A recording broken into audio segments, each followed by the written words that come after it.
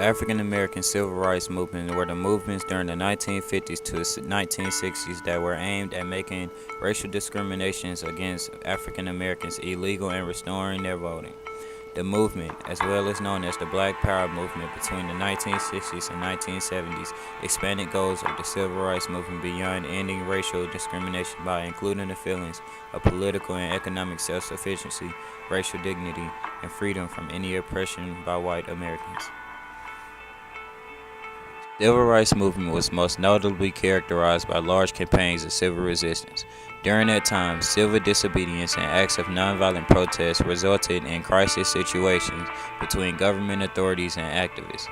Local, federal, and state governments, communities, and businesses often responded immediately to situations that discriminated and inequities that African Americans faced.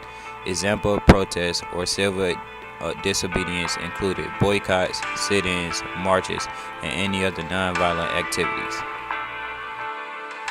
During the period of Reconstruction, blacks took on leadership roles like never before.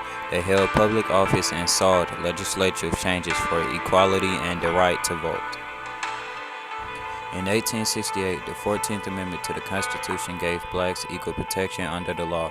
In 1870, the 15th Amendment granted blacks the right to vote. Still, many whites, especially those in the South, were unhappy that people they'd once enslaved were now on a more or less equal playing field. To marginalize blacks, keep them separate from whites, and erase the progress they'd made during Reconstruction, Jim Crow laws were established in the South beginning in the late 19th century. Blacks couldn't use the same public facilities as whites, live in many of the same towns, or go to the same schools. Interracial marriage was illegal, and most blacks couldn't vote because they were unable to pass voter literacy tests. Jim Crow laws weren't adopted in northern states. However, blacks still experienced discrimination at their jobs, when they tried to buy a house or get an education.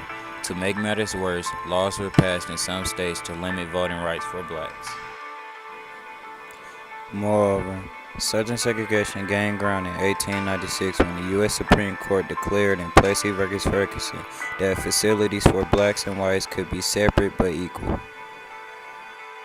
Prior to World War II, most blacks were low-wage farmers, factory workers, domestics, or servants.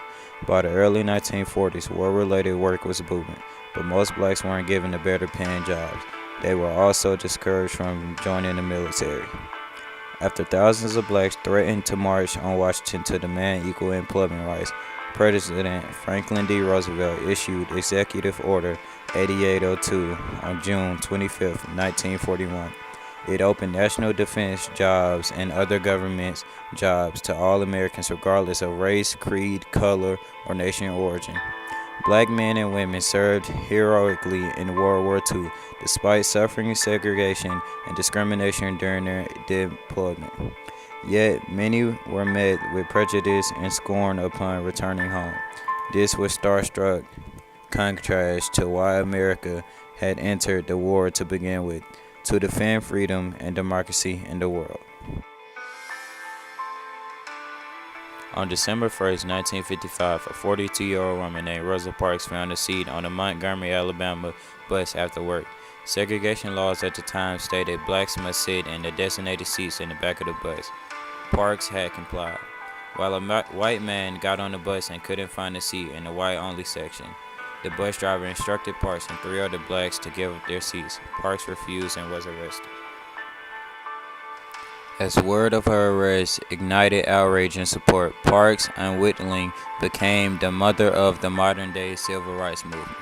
Black community leaders formed the Montgomery Improvement Association, MIA, led by Baptist minister Martin Luther King Jr., a role which would place him in front and center in the fight for civil rights. Parks' courage excited the MIA to stage a boycott of the Montgomery bus system. It lasted 381 days until segregated seating was declared unconstitutional by the Supreme Court.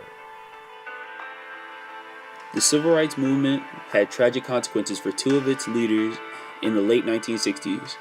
On February 21, 1965, former Nation of Islam leader and Organization of Afro-American Unity founder Malcolm X was assassinated at a rally.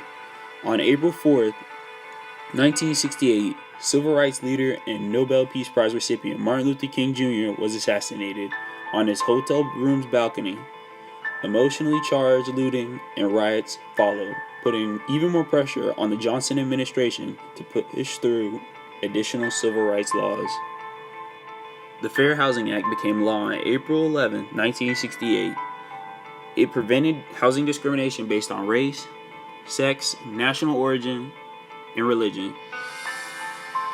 Civil rights leaders and activists pushed hard for their people to be represented equally in America, and through their work, an African American was able to rise to the occasion. I will faithfully execute the office of President of the United States the office of President of the United States and will, to the best of my ability, preserve, protect, and defend the Constitution of the United States. the Constitution of the United States. So help you God. So help me God. Congratulations, Mr. President.